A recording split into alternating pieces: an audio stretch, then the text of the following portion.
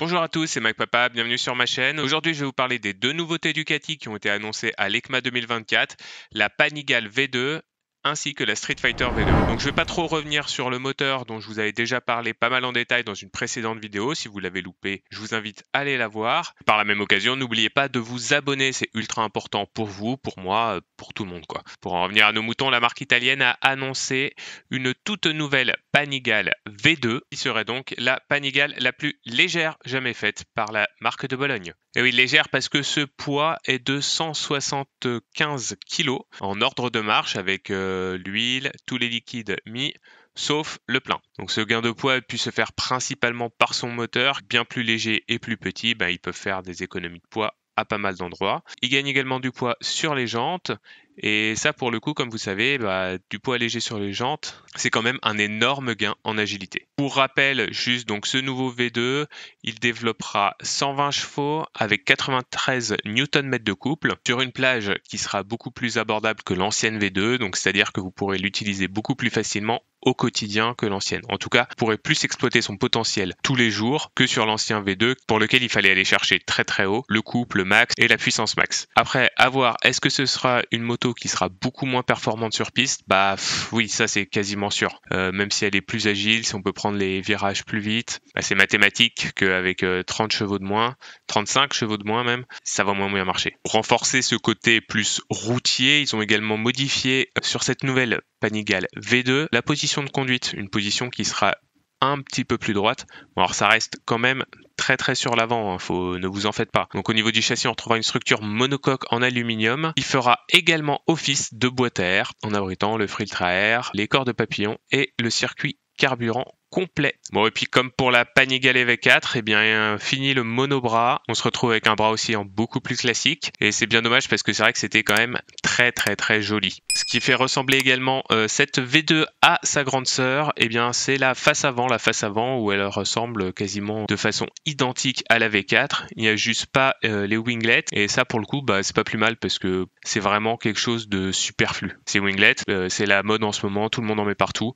Là ils nous en mettent pas pour rien, pour le coup c'est vraiment pas mal. Au niveau des suspensions, on aura des Marzocchi de 43 mm entièrement réglables, associés à un amortisseur arrière Kayaba entièrement réglable également. La version SL aura des composants Öhlins à l'avant ainsi qu'à l'arrière. Au niveau des freins, ça sera des Brembo M50 avec deux disques de 320 mm à l'avant. Par rapport au M432 de l'ancienne moto, on gagne 280 grammes juste sur le système de freinage, et ça c'est vraiment pas mal. Bon, après au niveau électronique, on va retrouver un tableau de bord 5 pouces avec 3 modes d'affichage, Road, Road Pro et Track. Et le système de contrôle de traction prédictif de Ducati sera aussi implémenté sur cette moto, celle qui était déjà sur la V4 présentée un peu plus tôt cette année. Il y aura en mode de conduite 4 modes distincts avec notamment un mode race qui réduira l'assistance électronique en offrant la puissance maximale et la carte accélérateur la plus agressive. Si jamais les 120 chevaux vous impressionnent un petit peu, écoutez, vous pouvez toujours commencer en mode rain avec une puissance qui sera réduite à 96 chevaux. Et puis en même temps que cette Panigale, ils ont présenté également la Street Fighter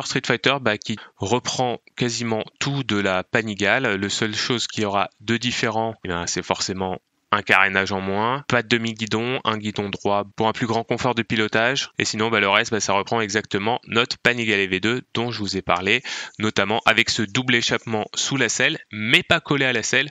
Ce qui, visuellement, fait un petit peu bizarre parce qu'on est vraiment pas trop habitué à ça. D'un autre côté, les échappements sous la selle, ça a quand même toujours été quelque chose de très beau à mon avis, mais ça apportait son lot de points négatifs. Et les décoller comme ça de la selle, ça réduit ça un petit peu au niveau chaleur, confort pour le passager ou même pour le pilote. Donc ces motos, c'est beaucoup moins au niveau puissance que les anciennes V2. Alors pourquoi c'est une bonne nouvelle quand même?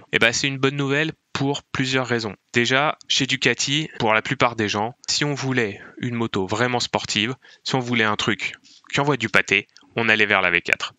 Ce moteur est tellement génial que je vois pas pourquoi on irait sur la V2 si on veut un truc pour aller faire de la piste, si on veut un truc pour vraiment avoir une ultra sportive italienne. Le but de la V2, c'était d'avoir un truc peut-être un petit peu plus accessible, quoique 155 chevaux, c'est quand même pas rien, pour surtout avoir ce look-là, et à mon avis, c'était surtout pour avoir ce look de la Panigale et de la Street Fighter à un prix qui restait quand même un peu plus abordable. Cependant, le prix, bah, c'était quand même assez imposant, même sur le V2. Et pour le coup, avec ces nouveaux modèles, on a quand même une grosse réduction de prix. En vrai, c'est quand même un truc assez sympa. En ce moment, toutes les bécanes, elles prennent à fond en prix. L'inflation de la moto, c'est un truc incroyable. Les constructeurs se font tous plaisir. Ducati, là-dedans, ils sont quand même aussi assez forts pour faire des motos très très chères. Et pour le coup, ils font évoluer leur moto avec pas mal de nouvelles technologies, un moteur qui vient d'être juste développé et donc qui a eu un coût de production, et pourtant ils la vendent moins cher qu'auparavant. Parce que là on va pouvoir avoir la Panigale V2